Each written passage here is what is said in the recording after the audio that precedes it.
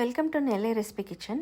இன்றைக்கி நம்ம நெல்லை ரெசிபி கிச்சனில் ரொம்ப ஈஸியான வேலை மட்டன் கிரேவி குயிக்காக எப்படி பண்ணுறதுன்னு பார்க்கலாம். கொஞ்சம் செமி கிரேவியாக ரைஸு, ரோட்டி, சப்பாத்தி, பரோட்டா எல்லாத்துக்குமே சைட் டிஷ்ஷாக யூஸ் பண்ணுற இந்த மட்டன் கிரேவி எப்படி பண்ணுறதுன்னு பார்க்கலாம் வாங்க.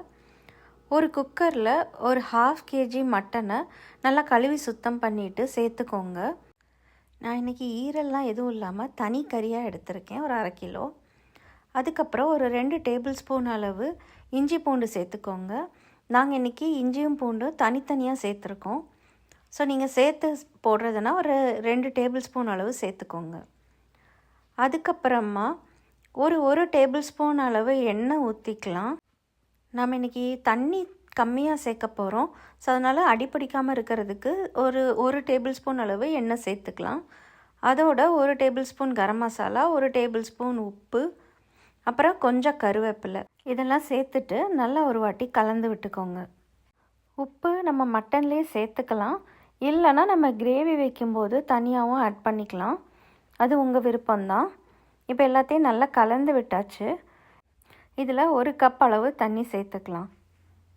உங்களுக்கு மட்டன் அடிப்பிடிக்காத அளவுக்கு தண்ணி சேர்த்துக்கோங்க. அதுக்குன்னு ரொம்ப தண்ணி சேர்க்க வேண்டாம். செமி கிரேவியாக பண்ணுறதுனால கொஞ்சம் கம்மியாகவே சேர்த்துக்கலாம். இப்போ குக்கரை மூடி போட்டு ஒரு 7 விசில் வரைக்கும் வச்சு எடுத்துக்கலாம். நீங்கள் மட்டன் யூஸ்வலாக வேக வைக்கிறதுக்கு எவ்வளோ விசில் வைப்பீங்களோ அந்த அளவுக்கு வச்சு எடுத்துக்கோங்க. நான் இன்றைக்கி கொஞ்சம் டெண்டர் மட்டனாக இருக்கிறனால ஒரு 7 விசில் மட்டும் வச்சு எடுத்திருக்கேன்.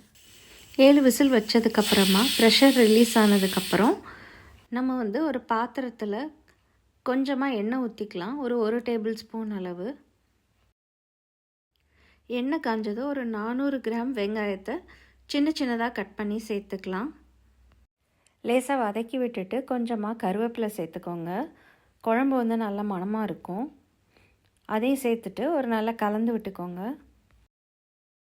அப்புறமா இதில் 1 டேபிள் ஸ்பூன் அளவு இஞ்சி பூண்டு பேஸ்ட்டு சேர்த்துக்கலாம். நான் இன்றைக்கி இஞ்சியும் பூண்டும் தனித்தனியாக சேர்த்துருக்கேன். உங்களுக்கு வேணால் இஞ்சி பூண்டு பேஸ்ட் 1 டேபிள் ஸ்பூன் இருக்கிற அளவு சேர்த்துக்கோங்க.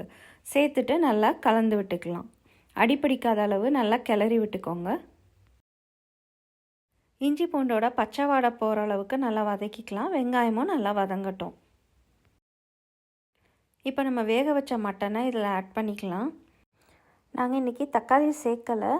சப்போஸ் உங்களுக்கு தக்காளி ஆட் பண்ணணும் புளிப்புக்கு அப்படின்னா நீங்கள் தக்காளியும் சேர்த்து நல்லா வதக்கிட்டு அதுக்கப்புறமா வேக வச்ச மட்டனை சேர்த்துக்கோங்க.